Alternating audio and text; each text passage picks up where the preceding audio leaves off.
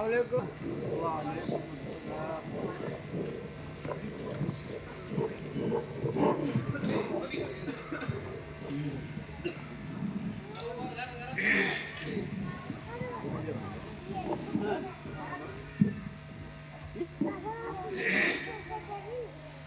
درود شریف پڑھیں. اللہم صلی علی محمد وعلی آل محمد كما صليت على إبراهيم وعلى آل إبراهيم إنك حميد مجيد. اللهم بارك على محمد وعلى آل محمد كما باركت على إبراهيم وعلى آل إبراهيم إنك حميد مجيد. بسم الله الرحمن الرحيم. الحمد لله حمدا موافيا لنعمه مكافيا لمزيده، والصلاة والسلام على سيدنا محمد وآله وصحبه وجنوده. أما بعد، فأعوذ بالله من الشيطان الرجيم. بسم الله الرحمن الرحيم. إن الله عنده علم الساعة وينزل الغيث ويعلم ما في الأرحام وما تدري نفس ماذا تكسب غدا وما تدري نفس بأي أرض تموت. إن الله عليم خبير. وإذا قال أينما تكونوا يدرككم الموت ولو كنتم في بروج مشيدة. صدق الله المولانا العظيم. وفي الحديث يقال إن رجلا جاءه الموت في زمان رسول الله صلى الله عليه وسلم، فقال رجل هنيئا جاءه الموت ولم يبتل بمرض. فقال رسول الله صلى الله عليه وسلم ويحك لو جاءه الموت بمرض يكفر به عنه من سيئاته، أو كما قال عليه الصلاة والسلام. وعن كعب بن عجرة رضي الله عنه أنه قال قال رسول الله صلى الله عليه وسلم احذروا المنبر، فحذرنا فلما ارتقى درجة قال آمين، فلما ارتقى الدرجة الثانية قال آمين، فلما ارتقى الدرجة الثالثة قال آمين. فلما نزل قلنا يا رسول الله لقد سمعنا منك اليوم شيئا ما كنا نسمعه. قال إن جبرائيل عرضني فقال بعودا من أدرك رمضان فلم يغفر له. فلما رقيت الدرجة الثانية قال بعود من ذكرت عنده فلم يصلي عليك. قلت آمين. فلما رقيت الدرجة الثالثة قال من أدرك أبويه الكبر أو أحدهما فلم يدخلاه الجنة قلت آمين أو كما قال عليه الصلاة والسلام. يا ربي صل وسلم دائما أبدا على حبيبك خير الخلق كلهم. میرے معزز علماء عظام، باہر سے آئے مہمانان عظام، حاضرین پروگرام، پردہ نشین ماں اور بہنوں، یقیناً سبھی احباب کو بخوبی معلوم ہے کہ ہم سب کے مل بیٹھنے کا مقصد کیا ہے. وہ یہی ہے کہ آج سے کم و بیش سال پہلے ہم سب کے ساتھ مل جل کر رہنے والے جناب علی حسین صاحب کی نیک صالحہ اہلیہ محترمہ اس دنیا سے رخصت فرما گئی. انہی کی سارے ثواب اور دعائیں مغفرت کے ارادے سے ہم سب کا مل بیٹھنا ہوا ہے. دل سے دعا ہے اللہ پاک مرحومہ کی مغفرت فرمائے، کروٹ کروٹ نور عطا فرمائے، جنت الفردوس نصیب فرمائے. ان کے شوہر، آل اولاد، بیٹی، داماد، رشتہ دار سب کو صبر جمیل کی توفیق عطا فرمائے. الحمدللہ اس سلسلے میں جناب مولانا محمد کریم صاحب قاسمی خطیب جامع مسجد پتھریہ کی تفصیلی باتیں آئی اور جناب شاعر صاحب کا بھی اس سلسلے میں دل میں لگنے والا کلام بھی پیش ہوا. اللہ پاک ہم سب کو عمل کی توفیق فرمائے. بزرگ اور دوستو، جیسے جناب علی حسین صاحب سے بات چیت سے معلوم ہوا کہ اہلیہ محترمہ بیچاری کچھ دنوں تک بیمار رہی، زیر علاج رہی اور مختلف ہاسپٹلوں میں اللہ نے ان کو علاج کا موقع دیا. اس کے بعد ہی دنیا سے رخصت فرمائی ہے. اسی سلسلے کی حدیث پڑھی ہے جو مدینہ پاک میں ایک شخص کی موت ہوئی تھی، جس سے پتہ چلے گا کہ اچانک موت ہو یہ زیادہ بہتر نہیں ہے. زیادہ بہتر وہ ہے جو کچھ دنوں تک بیمار رہے، علاج و معالجہ کا موقع ملے، گھر والوں کو خدمات کا موقع ملے، یہ زیادہ اچھی موت کہا جاتا ہے. چنانچہ مدینہ پاک میں رسول اللہ صلی اللہ علیہ وسلم کے زمانے میں ایک شخص کی موت ہو گئی اور اچانک موت ہوئی تو صحابی نے زبان سے آواز نکالی، نبی کے سامنے یہ کہہ اٹھے کہ حَنِيًّا لَهُ مَاتَ وَلَمْ يُبْتَلْ بِمَرَضٍ. کتنی اچھی موت ہوئی کہ کسی مرض میں مبتلا نہیں ہوئے اور دنیا سے رخصت ہو گئے. رسول علیہ السلام کی کان میں آواز پہنچی، آپ نے ارشاد فرمایا وَيْحَكَ وَمَا يُدْرِيكَ لَوْ أَنَّ اللَّهَ تَعَالَى ابْتَلَاهُ بِمَرَضٍ يُكَفَّرُ بِهِ عَنْهُ مِنْ سَيِّئَاتِهِ. تجھے ناز ہو، کیا تجھے معلوم نہیں اگر یہ کسی بیماری میں مبتلا ہوتا اور اس کے بعد موت ہوتی تو ان کی مرض ہی کے ذریعے سے بہت سارے گناہ مٹ جاتا اور اللہ پاک گناہ کے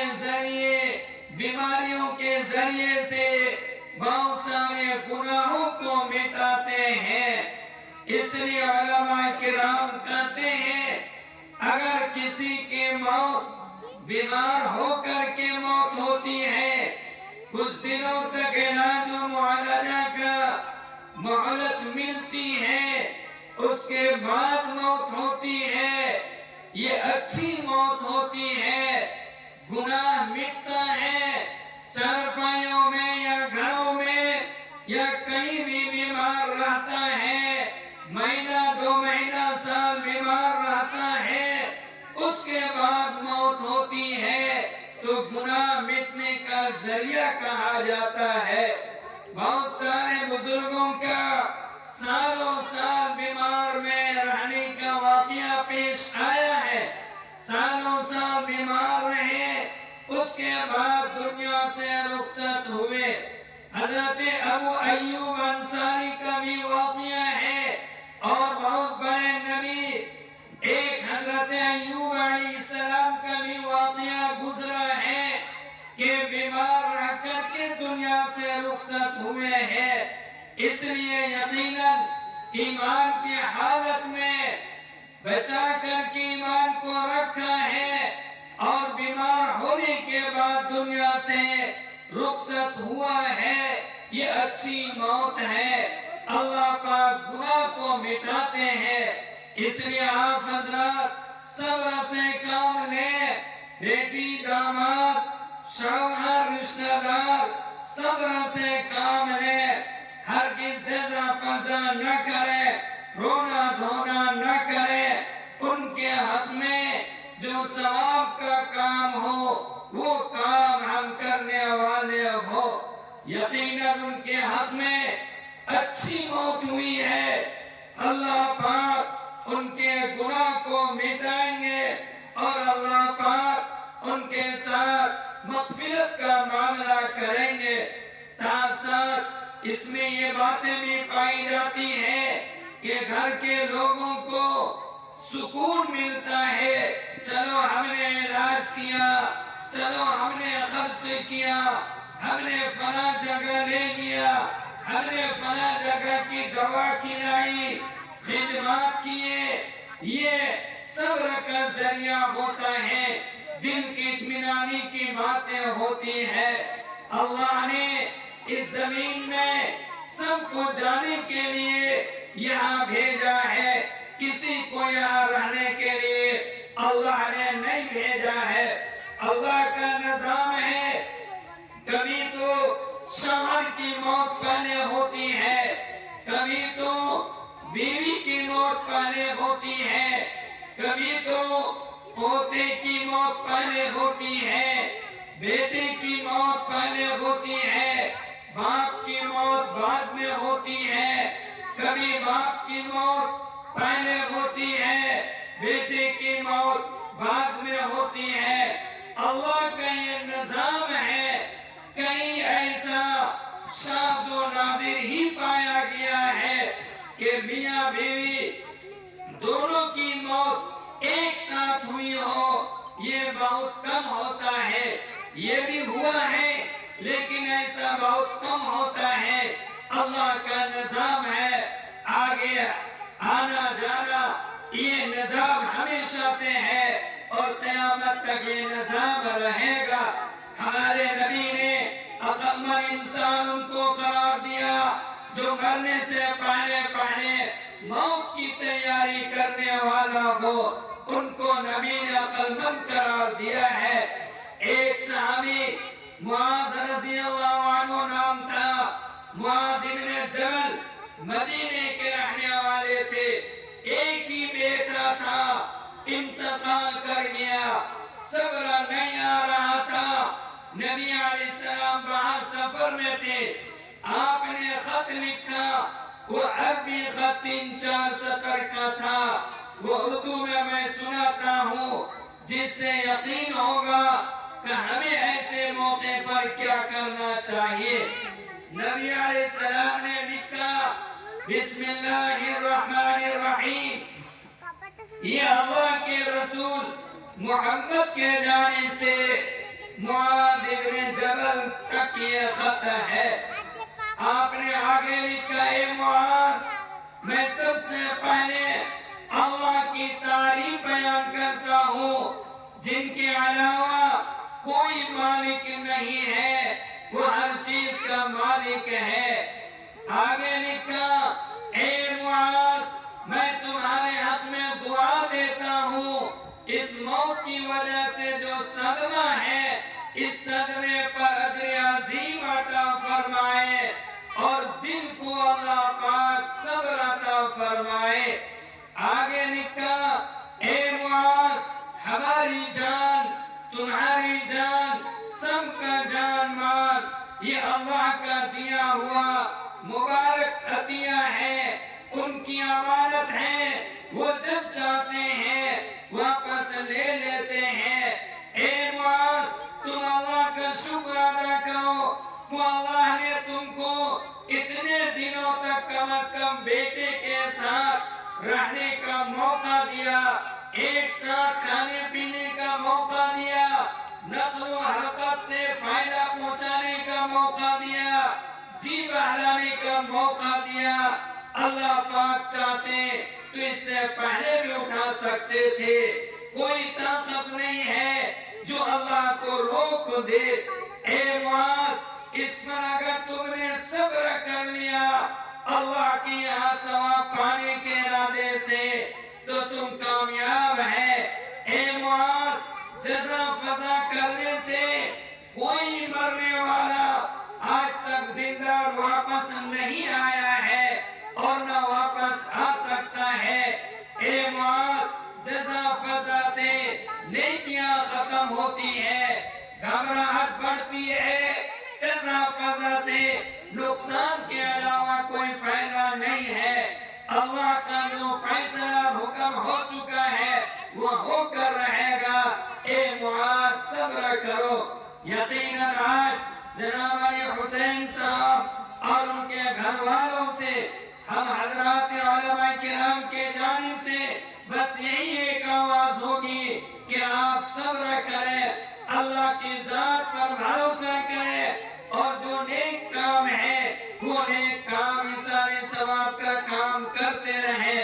باقی آواز نکال کر کے رونا دھونا کرنا یہ حرام ہے، اللہ کی ذات پر بے صبری کی علامت ہے، اس لیے رونا دھونا نہیں چاہیے۔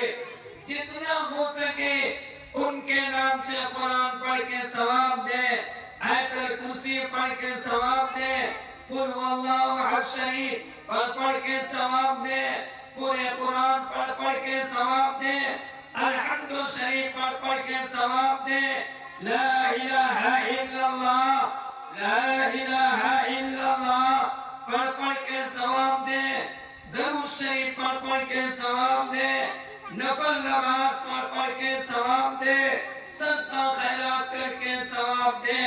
یقیناً آپ بھی کامیاب، گھر کی بہو بیٹیاں بھی کامیاب، اور اگر رونا دھونا کریں گے، آواز نکال کر کے چیخ کر کے روئیں گے، خوبیاں بیان کریں گے، سوائے نقصان کے کچھ نہیں ہے، حتیٰ کہ مرحومہ کی نیکیاں بھی کچھ حصے ختم ہو جاتے ہیں۔ اس لیے آپ عقل مندی سے کام لیں، اللہ نے ہر ایک کو یہاں سے جانے کا فیصلہ دیا ہے، اگر کسی کو رہنے کا موقع دیتا تو ہمارے نبی اللہ پاک کے سب سے چہیتے تھے، اللہ پاک ہمارے نبی کو زندہ رکھتے اور 63 سال کی عمر میں نبی کو دنیا سے نہیں اٹھاتے، مگر نبی کو 63 سال کی عمر میں اللہ نے زمین سے اٹھا لیا ہے۔ ہم سب کے لیے قیامت تک آنے والی امت کے لیے سبق ہے کہ اللہ نے سب کو یہاں سے جانے کے لیے بھیجا ہے، اس لیے ہم اس کے مطابق تیاری کرنے والا ہو، چاہے ہم نوکری کے لائن سے کام کرنے والے ہو، اونچے پوسٹوں میں ہو، چاہے مزدوری کرنے والے ہو، چاہے ٹھیکیداری کرنے والے ہو۔ یقیناً ٹھیکیداری کا کام بھی جائز ہے، مزدوری کا کام جائز ہے، نوکری کرنا جائز ہے، جائز کام جو بھی اختیار ہم کریں لیکن اللہ کو سامنے رکھ کر کے کریں۔ ہم کسی حال میں اللہ کے حکم کو چھوڑنے والے نہ ہو، کسی حال میں بھولنے والے نہ ہو۔ یقیناً ہم دنیا میں بھی کامیاب رہیں گے، آخرت میں بھی کامیاب رہیں گے۔ اللہ نے کسی جائز کام کو منع نہیں کیا ہے۔ آپ پیسے کمائیں، اسی طرح کھیتوں میں کام کریں، دکانداری کریں، مگر اللہ کے حکم کو سامنے رکھ کر کے کام کرنے والے ہو۔ ہمارے اس ملک میں بڑے سے بڑے بادشاہ بھی گزرے ہیں، لیکن ایسے بادشاہ بھی گزرے ہیں جنہوں نے بادشاہت کر کے اللہ کے سارے حکم کو عمل کر کے دکھلایا ہے۔ چنانچہ علماء کرام نے لکھا ہے جس وقت ہندوستان میں اسلامی ملک کا تھا اور بادشاہت اسلام کا تھا، ایمان والوں کی بادشاہت تھی، اسی زمانے میں دلی کے جامع مسجد بنی ہے اور دلی کا قطب مینار اسی زمانے میں بنا ہے۔ بہت بڑے اللہ والے تھے جن کے نام سے قطب مینار بنا ہے، وہ خواجہ قطب الدین بختیار کاکی رحمت اللہ علیہ تھے۔ سمندر کے کنارے جنگل کے سامنے رہ کر کے خوب عبادت کرتے تھے۔ ہم لوگوں کا بھی وہاں جانا ہوا، جب ان کا انتقال ہوا تو بس اتنی ہی دیر میں، جتنی دیر میں قبر کھودی جا سکتی ہے اور جنازے کو کفن دے کر کے غسل وغیرہ دے کر کفن پہنایا جا سکتا ہے، اتنی ہی دیر میں اتنے لوگ جنازے میں شریک ہوئے کہ جہاں تک نگاہ پہنچتی ہے آدمی ہی آدمی ہے۔ اب اتنا مجمع دلی شہر کا اس زمانے میں پھیلا تھا۔ جب جنازے کا موقع آیا کون پڑھائے تو آدمی انتظار میں ہے، کوئی بہت بڑے اللہ والے آگے بڑھیں گے، کون بڑھے؟ ایک شخص آگے کھڑا ہوتا ہے، آواز لگاتا ہے لوگوں، حضرت خواجہ قطب الدین بختیار کاکی رحمت اللہ علیہ نے یہ وصیت کی ہے کہ میری جنازے کی نماز وہی شخص پڑھا سکتا ہے جس کے اندر 4 شرط پائی جاتی ہو۔ اب سارے لوگ کھڑے ہو گئے کہ بھائی وہ کون ہوگا؟ کہا پہلی شرط حضرت نے یہ لگائی ہے، میری جنازے کی نماز وہی پڑھا سکتا ہے جس نے پوری زندگی تکبیر اولیٰ کی پابندی کی ہو۔ تکبیر اولیٰ کہا جاتا ہے امام جیسے اللہ اکبر کہیں، مقتدی نے اللہ اکبر کہا کہ نیت باندھ لے، یہ تکبیر اولیٰ ہے۔ سب سے اچھی نماز یہی ہے، 40 دن بھی کوئی پابندی کے ساتھ اس طرح پڑھتا ہے وہ کبھی منافق ہو کر کے مرنے والا نہیں ہوگا، ایمان کی حالت میں خاتمہ ہوتا ہے۔ تو کہا حضرت نے یہ شرط لگائی ہے میری جنازے کی نماز وہی پڑھا سکتا ہے جس نے پوری زندگی تکبیر اولیٰ کی پابندی کی ہو۔